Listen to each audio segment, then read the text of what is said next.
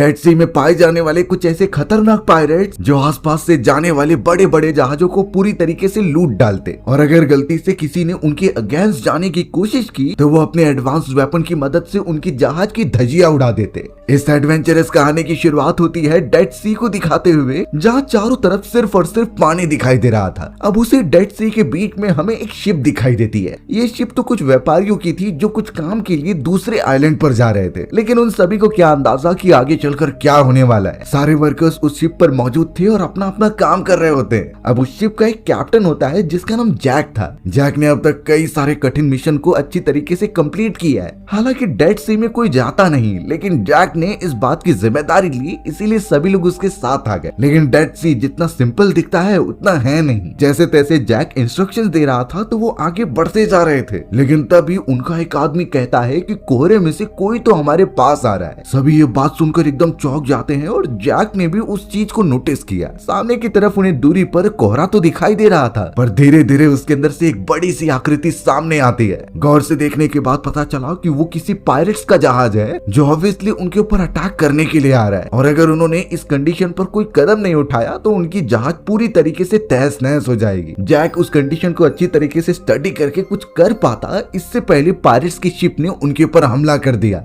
बड़े बड़े बॉम्ब वहां पर फेंके जाने लगे और काफी नुकसान होने लगा उनकी शिप को। उस हमले में तो जैक की टीम के कई सारे मेंबर्स मारे जा रहे थे। तुरंत ही जैक ने सारे वर्कर्स को लेट जाने के लिए कहा ताकि उन्हें कुछ ना हो, पर उनकी शिप ऑब्वियसली बहुत ज्यादा डैमेज खा चुकी थी। वो सारे पायरेट्स जो कि दुश्मनी जहाज पर थे वो तो रुकने का नाम ही नहीं लेते, लगातार हमले पे हमला होता ही जा रहा था। अब यहाँ जैक के आदेश देने पर भी उसके टीम मेंबर्स पलटवार करते हैं दुश्मनों के ऊपर। वहाँ पर तो मानो काफी बड़ी जंग छिड़ गई है और दोनों एक दूसरे को खत्म करने की कोशिश कर रहे हैं। लेकिन ऑब्वियस बात थी कि वो सारे पायरेट्स के पास काफी एडवांस टेक्नोलॉजी होती है। उनके शिप के ऊपर वो बड़े बड़े तोप जिनसे गोलियां निकलती हैं वो काफी भारी मात्रा में थे। इस तरीके से तो जैक की टीम उनसे मुकाबला नहीं कर सकती, तो इसलिए जैक ने ये डिसाइड किया कि उन्हें चालाकी से काम लेना होगा। वो सबसे पहले अपने टीम मेंबर्स से कहता है कि हमें अपनी शिप की डायरेक्शन चेंज करनी होगी, उस कोहरे से दूर नहीं बल्कि उसके अंदर की तरफ। इससे होगा ये कि हमारी शिप कोहरे में दिखाई नहीं देगी और उन पायरेट्स का जहाज वेट करेगा कि हम कब कोहरे में से बाहर निकलें। इससे हमें बचने का मौका मिल सकता था। तो ये प्लान अच्छा लगता है, इसीलिए सबसे पहले जैक के कहने पर छोटी छोटी नाव में चले गए। ये इसलिए जरूरी था क्योंकि जैक को लग रहा होता है कि उनकी शिप डूब जाएगी, तो उसमें सबसे पहले मेंबर्स की जान बहुत ज्यादा इंपॉर्टेंट है। सारे वर्कर्स जल्द से जल्द छोटी छोटी नाव से होते हुए कोहरे की तरफ जाने लगे। उनकी बड़ी सी शिप भी कोहरे में पहुंच चुकी थी और लिटरली जैक का प्लान वर्क कर जाता है, क्योंकि उन पायरेट्स को कुछ दिखाई नहीं दे रहा था, इसीलिए वो हमला करना भी बंद कर देते हैं। लेकिन एक और बात इंपॉर्टेंट थी कि अगर कोहरा खत्म होगा और शिप कोहरे से बाहर निकलेगी तो वो सारे पायरेट्स वापस हमला करने के लिए रेडी रहेंगे। यानी उनके पास बहुत ही कम समय बचा हुआ है वापस रिकवर करने के लिए और एक फुल प्रूफ प्लान बनाकर अपने दुश्मनों पर ही हमला करने के लिए। कोहरे में होने के कारण जैक की पूरी टीम वापस शिप पर चली जाती है और जितना भी डैमेज हुआ था उसकी मरम्मत करती है। धीरे धीरे सब रिकवर तो हो रहा था और देखकर लगता है कि वो वापस से जंग के लिए तैयार हैं, पर एक ऐसा प्लान चाहिए जो उन पायरेट्स को बिल्कुल अंदाजा ना हो। कुछ मेंबर्स ऐसे थे जो इस हमले को देखकर इतना ज्यादा डर गए कि वो कहते हैं कि हमें वापस दूर चले जाना चाहिए, उन पायरेट से हम बिल्कुल भी नहीं जीत सकते।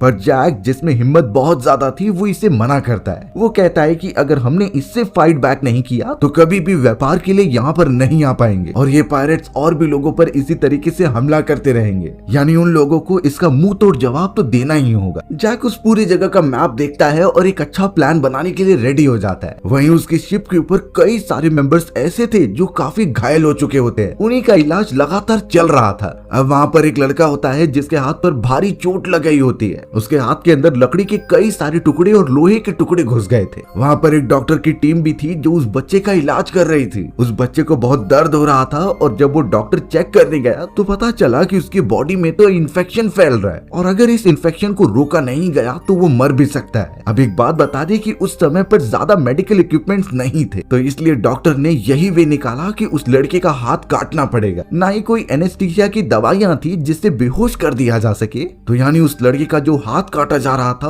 उस समय वो होश में था और सारा दर्द सह रहा था। लड़के ने किसी भी तरीके से उस चीज को ओवरकम कर लिया और उसका हाथ काटकर अलग कर दिया जाता है। यानी यहाँ का हर एक मेंबर बहुत ज्यादा बहादुर है। इसी तरीके से शिप पर मौजूद सभी लोगों को इलाज किए जा रहे थे। एक मरीज की तो ब्रेन सर्जरी भी की जाती है जिसे सभी लोग बहुत घूर कर देख रहे थे। अब ये इसलिए पॉसिबल था क्योंकि शिप शिप पर ऐसे चोट लगते रहती और सारे मेंबर्स को ये चीजें देख देख कर आदत हो गई थी। जैसे तैसे वो सारे मेंबर्स रिकवर करते जा रहे थे और अपनी टूटी फूटी हुई शिप को भी अच्छी तरीके से वो रिपेयर कर देते हैं। वो सब जैक की बहुत ज्यादा इज्जत करते थे और उसके इंस्ट्रक्शंस काफी अच्छी तरीके से फॉलो करते। उस जगह पर कुछ दिन ऐसे ही चले गए, लेकिन उन्हें दुश्मन का तो सामना करना ही था। सबसे पहले उन्होंने अपने आप को प्रिपेयर करना स्टार्ट किया उस बुरी कंडीशन के लिए। उन्होंने कुछ खाने पीने की चीजें इकट्ठा कर ली और कई सारे गोला बारूद भी शिफ्ट करा लिए जो कि युद्ध में काम आएंगे। इस मोमेंट पर वो हमला नहीं करने वाले बल्कि सिर्फ अपने प्रोटेक्शन के लिए लड़ेंगे। लेकिन जो दुश्मन पायरेट्स हैं वो उनसे और ज्यादा चालाक हैं। पता नहीं वो कौन से स्ट्रेटजी अपनाने वाले हैं, लेकिन इन सभी को बहुत ही ज्यादा मुश्किलें फेस करनी होंगी। जैसे तैसे उनकी शिप आगे बढ़ती जा रही थी और कुछ समय में ही कोहरा हट जाएगा। तभी एक मेंबर सीधा जैक के पास आकर कुछ इन्फॉर्मेशन देने लगा। वो कहता है कि दूरबीन से देखे जाने पर ये पता चला है कि साउथ डायरेक्शन में हमारा दुश्मन वेट कर रहा है, यानी उन्हें पता है कि हम इस डायरेक्शन में बढ़ रहे हैं और कोहरे से बाहर निकलने के बाद वो तुरंत ही हमला कर देंगे। जैक भी इन चीजों के बारे में अब सोचने लगा कि क्या किया जा सकता है। तब जाकर उसने जो प्लान बनाया था कि वो दुश्मनों के पीछे जाकर हमला करेंगे, वही वो एग्जीक्यूट करने के लिए कहता है, क्योंकि दुश्मन के पीछे की तरफ से हमला करना उनके लिए प्लस पॉइंट हो सकता था ताकि वो पहले हमला करे और दुश्मन को पता भी ना चले। लेकिन प्रॉब्लम की बात यही थी कि हवा चलना बंद हो गई होती है, यानी उन्हें अब उस जगह पर पहुंचने के लिए कुछ दिनों का और समय लगने वाला है। अब यहाँ होने वाली एक बहुत ही बड़ी लड़ाई के लिए वो सभी अपने आप को प्रिपेयर करने लगे थे। जितने भी खाने पीने की चीजें होती हैं वो उसे खाकर तंदुरुस्त रहते। इनफैक्ट उनकी पूरी शिप पर तो गाना बजाना भी हो रहा था ताकि उनका एंटरटेनमेंट होते रहे और एकदम फ्रेशली तरीके से वो हमला करे। जैक को ये बात पहले से ही पता थी कि जब तक सारे मेंबर्स का दिल वो नहीं जीत लेता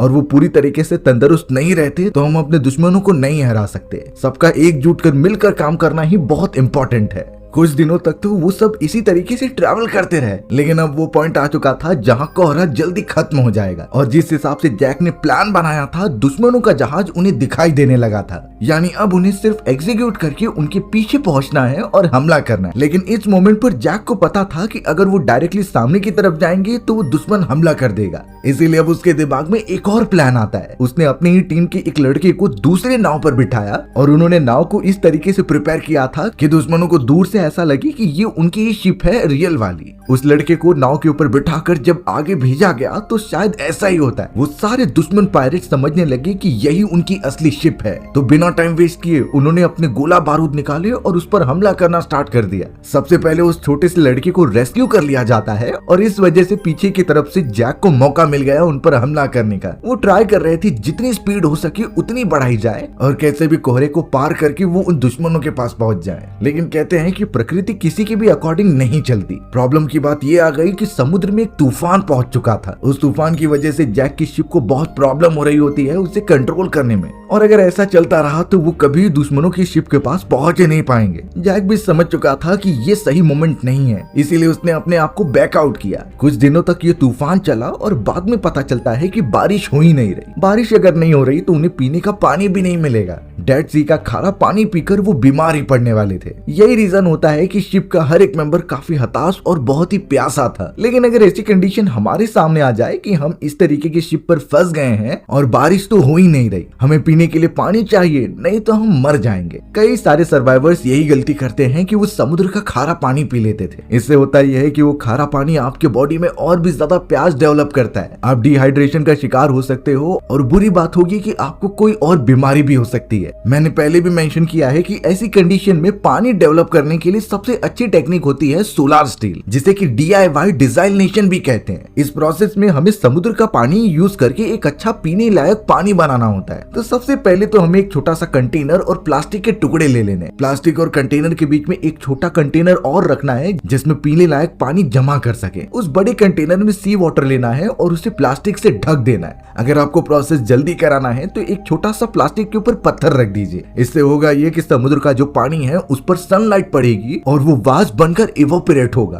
फिर प्लास्टिक की वजह से उसी सी वाटर वेपर का कंडेंसेशन होगा, यानी वो वापस से पानी के फॉर्म में कन्वर्ट होने लगेगा और वो पानी लिटरली पीने लायक होगा जो उस छोटे से कंटेनर में जमा हो जाएगा। यानी हमने सी वाटर से एक पीने लायक पानी बना ही लिया इस प्रोसेस का यूज करके। ये हम हर जगह यूज कर सकते हैं, इवन डेजर्ट में भी। डेजर्ट में सिर्फ इतना फर्क होगा कि सी वाटर के बजाय हमें अपना यूरिन उसमें डालना है, यानी उससे भी पीने लायक पानी जनरेट किया जा सकता है। लेकिन यहाँ जैक के शिप पर तो और भी ज्यादा बुरी हालत हो चुकी थी। हवा ज्यादा तेज नहीं चल रही होती, इसीलिए उनकी स्पीड भी नहीं बढ़ती। यानी उसने जो प्लान बनाया था उससे वो पूरी तरीके से दूर हटते जा रहे थे। पानी ना पीने के कारण सभी एकदम डर गए होते हैं और अब तो मेंबर्स का भी विश्वास उठ गया है जैक पर से। वो सोच रहे थे कि अब उनका मरना तय है, यानी अब वो कंडीशन आ चुकी है जिसमें उन्हें अपनी जान तो देनी ही होगी। अब हमें उसी शिप पर ली नाम का एक आदमी दिखाया गया जो कि उन्हीं मेंबर्स में से एक था। ली बाकियों के मुकाबले एज में काफी बड़ा होता है, लेकिन उसकी इज्जत नहीं की जाती। उसके टीम के मेंबर्स हमेशा उसे परेशान किया करते। एक दिन इसी तरीके से जैक ने ये देख लिया कि कैसे ली को उसके ही फ्रेंड्स परेशान कर रहे हैं। उसे बहुत गुस्सा आया और उसने उन बदमाश लड़कों को सजा भी दी। जैक को पता था कि ली का एक्सपीरियंस हमारे लिए काम आ सकता है, इसीलिए वो उसे अपने पास बुलाता है और उसे लीडरशिप क्वालिटीज बताता है कि वो क्या चीज अपनाए जिससे कि सभी उसकी इज्जत करने लग जाएं। देखने से पता चलता है कि ली पहले से ही डिस्टर्ब है। उसे इतनी ज्यादा चीजें झेलनी पड़ी हैं कि अब उसे कुछ सहन नहीं होता, पर फिर भी जैक अपनी कोशिश तो जारी रखता है। अब थोड़ी देर बाद जैक और डॉक्टर की एक दूसरे से बहस हो जाती है, क्योंकि जैक अपने मेंबर्स के साथ बहुत रूड हो रहा था। उसने कई लोगों को सजा दी क्योंकि वो अच्छे से काम नहीं करते, और डॉक्टर का मानना होता है कि ऐसा बिहेवियर नहीं चलेगा। पर यहाँ शिप के ऊपर ली के साथ वो बिहेवियर बंद नहीं हो रहा था। बाकी लोग इसीलिए ली से नफरत करते क्योंकि वो एकदम पायरेट जैसा दिखता। एक समय पर तो ये टॉर्चरिंग इतनी ज्यादा बढ़ गई कि ली कुछ भी सहन नहीं कर पाया। रात होने पर वो एक लड़के के पास आता है और उसे अपना हैट निकाल कर दे देता है। फिर अचानक वो शिप के किनारे पर गया और डायरेक्टली जंप लगा दिया पानी में, यानी उसने आत्महत्या कर ली थी। सुबह होने पर जब सभी को ये बात पता चली तो सब बहुत ही ज्यादा उदास हो गए थे। जैक ने ये कभी नहीं सोचा था कि उसका इतना एक्सपीरियंस आदमी खुद की जान ले लेगा। सभी एक साथ ली की डेड बॉडी के पास आकर शांति बरतते हैं और उसकी आफ्टर लाइफ के लिए प्रार्थना करते हैं। सभी को लग रहा था कि अब उनका अंत तय हो चुका है, लेकिन अगले ही मोमेंट में सब कुछ बदल गया। पता चलता है कि आसमान से बारिश गिर रही है और उनके पास पानी पीने के लिए तो बहुत सारा ऑप्शन है। सभी एक साथ कंटेनर लेकर पानी जमा करने लगे ताकि आगे आने वाले समय में काम आ सके। ये सिर्फ बारिश नहीं बल्कि एक आशा की किरण थी जो उन सभी के लिए आ गई होती है। हर एक मेंबर में अलग ही जोश भर गया, जिससे कि वो अपनी आने वाली एक बड़ी लड़ाई को अंजाम दे सकते हैं। अब जैसे जैसे उनकी शिप आगे बढ़ती जा रही थी, उन्हें थोड़ी होप दिखाई देती है कि वो जीत सकते हैं। तभी अचानक उन्हें आसमान की तरफ एक बर्ड स्पॉट होता है, यानी इसका मतलब साफ है कि आसपास कोई आइलैंड हो सकता है। जैक अपने मेंबर्स को समझाने लगा कि अगर वो थोड़ी और मेहनत करे तो उस आइलैंड तक पहुंच सकते हैं और आइलैंड से उन्हें कई सारे रिसोर्सेज मिल जाएंगे। अब जो डॉक्टर था जिसने की कई सारी सर्जरीज की होती हैं, वो उस पक्षी को अच्छी तरीके से नोटिस करता है। लेकिन एक आदमी जो कि मिलिट्री फोर्सेस में था, उसने अपनी गन निकाली और वो ये दिखाना चाहता था कि उसका निशाना कितना अच्छा है। उसने गन उठाई और उस पक्षी के ऊपर शूट करने लगा, लेकिन गलती से एक निशाना सीधा जाकर उस डॉक्टर को लगता है। बेचारा डॉक्टर इतना घायल हो गया कि नीचे ही गिर गया था, यानी उस सोल्जर की एक गलती डॉक्टर को मार सकती थी। सभी एकदम से परेशान हो गए और डॉक्टर को लेकर उसका इलाज करने लगे। प्रॉब्लम की बात यही होती है कि अगर डॉक्टर मर गया तो इस पूरे शिप के ऊपर वही एक एक्सपीरियंस डॉक्टर था, यानी अगर किसी को चोट लगेगी तो वो उसे ठीक नहीं कर पाएगा। डॉक्टर का तो सिर्फ एक असिस्टेंट होता है जिसने अभी अभी सीखना स्टार्ट किया था। यहाँ डॉक्टर की हालत खराब हो रही थी और उसका असिस्टेंट कई सारी किताबें पढ़कर ट्राई कर रहा था कि वो उसका सर्जरी करे, पर ऑब्वियस बात है कि वो केपेबल नहीं होता इतनी हार्ड सर्जरी के लिए। जब कोई ऑप्शन नहीं दिखाई दे रहा था तो डॉक्टर ने डिसाइड किया कि अपनी सर्जरी वो खुद करेगा। ऐसी चीजें मेंबर्स और जैक ने अपनी जिंदगी में पहली बार देखी होती हैं, यानी कि कोई डॉक्टर खुद की ही सर्जरी कर रहा हो। सबसे पहले उस डॉक्टर ने कई सारे लोगों को मिरर लेकर खड़े रहने के लिए कहा और फिर उसमें देखकर वो अपने बॉडी से बुलेट निकाल रहा था। डॉक्टर को काफी ज्यादा पेन होता है, लेकिन आखिरकार उसने वो सर्जरी कर ही ली। सब एकदम सक्सेसफुल रहा और गोली भी निकालने में वो कामयाब हो गए। पर फिलहाल डॉक्टर को आराम की जरूरत है, जितना आराम उसे मिलेगा उतना ही वो अच्छा हो जाएगा। अब यहाँ जैक नोटिस कर रहा था कि वो दुश्मन के ज्यादा दूर नहीं है, लेकिन इस मोमेंट पर उसे डिसाइड करना है कि उसे डॉक्टर की सलामती चाहिए या फिर अपने दुश्मनों का अंत। अगर जंग होगा तो उसमें बाकियों की भी जान खतरे में पड़ सकती है, तो इसीलिए उसने डिसाइड किया कि वो अभी लड़ाई नहीं करेंगे, वो अपने दुश्मनों का वेट करेंगे और पास ही वाले एक आइलैंड पर जाने का डिसाइड करते हैं। कुछ पक्षियों का पीछा करते हुए वो आखिरकार आइलैंड पर पहुंच गए। जैक ने अनाउंस किया कि वो पूरे एक हफ्ते इस आइलैंड पर रहने वाले हैं। जब तक डॉक्टर ठीक नहीं हो जाता तब तक वो यहाँ से नहीं निकलेंगे। और तो और इस डिसीजन से बाकी जो मेंबर्स इतने थक गए हैं वो इस आइलैंड पर आराम कर सकते हैं। यहाँ नेचुरल चीजें, फल, फ्रूट्स और कई सारे रिसोर्सेस हैं जिससे जिससे आराम से उतना समय निकल जाएगा। जैसे जैसे दिन बीतते जा रहे थे, डॉक्टर काफी रिकवर हो चुका था। इससे पहले डॉक्टर और जैक के बीच क्लैशेस होते थे, लेकिन अब वो एक अच्छे दोस्त बन चुके हैं जो एक दूसरे के बारे में सोचते हैं। डॉक्टर को सर्जरी के अलावा जानवरों और प्रकृति में बहुत ज्यादा इंटरेस्ट था, इसीलिए जब वो आइलैंड पर होता है तो उसने कई सारी चीजें एक्सप्लोर की, यहाँ तक कि वो आइलैंड के अलग अलग जगहों पर जाता और यूनिक टाइप के जानवरों की खोज करता। तभी अचानक उसे कुछ दिखाई दिया। पता चला कि उन दुश्मनी पायरेट्स का शिप पीछा करते हुए उनके पास पहुंच गया और हो न हो वो हम पर अटैक करने की कोशिश करने वाला है। डॉक्टर तुरंत ही जाकर जैक और बाकी मेंबर्स को इस बारे में बता देता है। अब जैक को ही डिसाइड करना था कि उनका अगला प्लान क्या होगा। अगर प्लान एकदम सटीक नहीं रहा तो शायद दुश्मन उन्हें मारकर खत्म कर सकते हैं। तब जाकर जैक अपने दोस्त डॉक्टर से पूछता है कि तुमने इतने दिनों तक इस आइलैंड पर क्या एक्सप्लोर किया। डॉक्टर उसे सब कुछ बताने लगा, उन अजीब से जानवरों के बारे में जो अपने आप को छुपाने में काफी माहिर हैं और आने वाले शिकारी से काफी अच्छी तरीके से बच सकते हैं। उन सारे जानवरों में से डॉक्टर ने एक ऐसे छोटे जीव के बारे में बताया जिसके पास अपनी बॉडी का कलर बदलने की ताकत है, यानी अगर कोई शिकारी उसके पास चला आए तो वो प्रकृति में अपने आप को ढाल लेता था जिससे कोई उसे देख ना पाए। ये चीजें नोटिस करने के बाद जैक को एक प्लान आया। वो इसी छोटे से जानवरों के बचने की टेक्निक अप्लाई करने वाला था अपनी शिप पर, यानी उसने यही अपने मेंबर्स को समझाया होता है कि हमें अपनी शिप को एक ऐसे ढांचे में कन्वर्ट करना है ताकि वो दुश्मन को अच्छे से दिखाई न दे, और तो और हमें ऐसा प्रिटेंड करना है कि हम व्यापारी नहीं बल्कि इस आइलैंड के छोटे मोटे मछुआरे हैं जो यहाँ मछली पकड़ने आए हैं। जैक के इस आइडिया को डॉक्टर भी अनुमति दे देते हैं क्योंकि ये एकदम परफेक्ट था। उन दोनों के अकॉर्डिंग सारे मेंबर्स शिप को कन्वर्ट करने लगे थे ताकि वो दुश्मनों को दिखाई न दे। शिप की हर एक चीजें चेंज कर दी जाती है। इनफैक्ट अब तो कोई भी देखकर नहीं बोल सकता कि ये व्यापारियों की शिप है, यानी अब उन्हें सिर्फ वेट करना है कि कब वो दुश्मनों के एकदम करीब पहुंच जाएं कि अपना हमला स्टार्ट कर दे। धीरे धीरे उन्होंने अपनी शिप दुश्मनों की पायरेट वाली शिप की तरफ बढ़ाना स्टार्ट कर दिया था। सब कुछ एकदम वैसा ही चलता है और दुश्मनों ने अभी तक उन्हें रिकॉग्नाइज नहीं किया, यानी उन्हें नहीं पता है कि ये जैक और उन व्यापारियों की शिप है। वो यही समझ रहे थे कि ये छोटे मोटे फिशरमैन हैं जो यहाँ मछली पकड़ने आए। अब जैसे ही उन दोनों शिप की डिस्टेंस एकदम से कम होता है तभी जैक एक अच्छे मोमेंट का वेट कर रहा था और जैसे ही वो आया उसने अपने टीम मेंबर्स को हमला करने का आदेश दे दिया। सब एक साथ टूट पड़ते हैं उन पायरेट की शिप के ऊपर। उनके पास गोला बारूद काफी भारी मात्रा में था, इसी वजह से लगातार हमला करते ही चले गए। उन दुश्मनी पायरेट की शिप को रिएक्ट करने का चांस ही नहीं मिला। सारे दुश्मन एक साथ मारे जा रहे थे और उनकी बड़ी सी शिप को भी काफी डैमेज हुआ था, यानी इस पॉइंट पर जैक का प्लान एकदम अच्छी तरीके से चल रहा है। थोड़े समय के अंदर ही उन्होंने दुश्मनों को काफी डैमेज प्रोवाइड कर दिया था और ऐसे अचानक हमले से ओवरकम कर पाना बहुत मुश्किल होता है। एक पॉइंट तक हमला करने के बाद जब दुश्मन कुछ पलटवार नहीं कर रहे थे तो जैक के मेंबर्स को लगा कि वो जीत गए। पूरे प्रोसेस में हर एक मेंबर ने बहुत अच्छा साथ दिया, यहाँ तक कि वो छोटा लड़का जिसका हाथ कट गया था और वो भी मेंबर्स जो पहले से घायल थे, उन्होंने भी अच्छा कंट्रीब्यूशन दिया होता है इस लड़ाई में। लेकिन जब दुश्मनों से कोई रिप्लाई नहीं आ रहा था तो उन्होंने हमला करना बंद कर दिया। जैसे वो थोड़ा और पास जाते हैं देखने के लिए तो पता चला कि दुश्मन छुपे हुए थे, यानी तुरंत ही उन्होंने पलटवार करना स्टार्ट भी कर दिया। जैक के भी मेंबर्स अब रुकते नहीं, उन्होंने भी अपना पूरा जोर लगा दिया उन्हें जिताने के लिए। अब उन दोनों शिप में ज्यादा डिस्टेंस नहीं था, इसलिए जो मेंबर्स बहुत ज्यादा बहादुर थे वो तो डायरेक्टली दुश्मन की शिप पर जाकर उन्हें मारने लगे, जैसे कि डॉक्टर और जैक। डॉक्टर दिखने में एकदम शांत दिखते हैं लेकिन उन्हें तलवार चलाना बहुत अच्छी तरीके से आता था। वो एक साथ कई सारे दुश्मनों को मार दे रहे थे। जैक भी पीछे नहीं हटता, वो भी कैप्टन होने की पूरी जिम्मेदारी निभाता है। उसकी फाइटिंग और कॉम्बैट स्किल के बारे में तो क्या ही कहने, इतनी अच्छी तरीके से वो लड़ रहा था कि सभी उसे ही देखते जा रहे थे। इतनी बहादुरी दिखाने पर सभी मोटिवेट होते हैं और वो भी जैक का साथ देते हैं। एक मोमेंट पर लग रहा था कि ये लड़ाई बहुत ज्यादा चलेगी, लेकिन दुश्मन अब इतने ज्यादा घायल हो चुके थे कि उनका कैप्टन भी मारा गया। कैप्टन के मरने के बाद जितने मेंबर्स थे या तो उन्होंने अपनी जान ले ली या फिर वो सरेंडर कर देते हैं जैक की टीम के सामने। जैक को जब ये पता चला तो वो बहुत खुश हो जाता है। उसके हर एक मेंबर एकदम रिलैक्स फील कर रहे थे क्योंकि शायद अब उस पूरे डेड सी के अंदर कोई और खतरा मौजूद नहीं है। इनफैक्ट जैक की टीम ने तो जितने दुश्मनी लोग घायल पड़े हुए थे उनकी भी मदद करना स्टार्ट कर दिया, यानी वो सब दिल के बुरे नहीं हैं, सिर्फ अपनी प्रोटेक्शन करना चाहते थे। उन दुश्मनी पायरेट का एक मेंबर सीधा जैक के पास आता है और उसे अपने राजा की तलवार देता है। इसका मतलब साफ था कि ये बड़ी सी शिप भी अब जैक की है।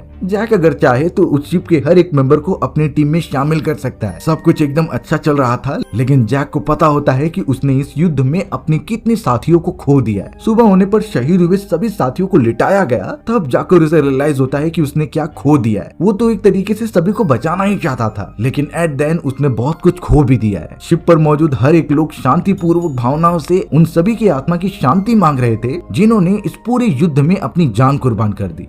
हमें अब दिखाया गया कि जैक दुश्मनी जहाज के जितने भी मेंबर्स बचे हुए हैं उन्हें एक साथ रखकर समझा रहा है। उन्हीं में से एक मेंबर जिसने की अपने ही पायरेट की तलवार लाकर जैक को दी थी, वो बहुत ही ज्यादा सेंसिबल लग रहा था। तो इसलिए जैक ने उन्हें प्रॉपर प्लान बताया कि तुम सब कैसे अच्छे रास्ते पर चल सकते हो। यानी उसने उन लोगों को मारा नहीं, बल्कि उस आदमी को बचे हुए मेंबर्स का कैप्टन बना दिया। इतना ही नहीं, वो तो उनकी शिप को अपने ही मेंबर से ठीक भी करवाता है और एंड में ये इजाजत दे देता है कि वो अपनी टीम लेकर यहाँ से जा सकता है। यानी जैक ने यहाँ अपने दुश्मन को हराने के बाद उनकी भी मदद की ताकि वो अपनी जिंदगी गुजार सके। वो दूसरी दुश्मनी वाले जहाज वहाँ से निकल चुका था। जैक यहाँ पर जब डॉक्टर से बातचीत कर रहा था तब उसे अपने कुछ आदमियों से ये पता चला कि उस दूसरी दुश्मनी जहाज का जो मेन आदमी था, यानी जो उसके कैप्टन का खास आदमी होता है, उसकी मृत्यु तो कुछ समय लड़ाई में पहले ही हो गई थी। लेकिन अगर ये सच है तो जिस आदमी ने तलवार उठाकर जैक को दी वो कौन था? अच्छी तरीके से छानबीन करने के बाद पता चला कि ये तो उन पायरेट्स की चाल थी। पायरेट्स का कैप्टन जानता था कि ये सभी हमला करके उन्हें खत्म कर देंगे, इसीलिए उसने अपने ही मेन मेंबर को मार दिया और उसकी जगह ले ली। यानी जो पहले ही मर गया था वो उसका मेन आदमी होता है और उन पायरेट्स का कैप्टन तो एक नॉर्मल मेंबर बन गया ताकि उसे कुछ ना हो। प्रॉब्लम की बात अब ये है कि जैक ने उसी आदमी को वापस से कैप्टन बनाकर यहाँ से भेज दिया। यानी जिस तरीके से वो अपनी जीत समझ रहे थे वैसा बिल्कुल भी नहीं हुआ।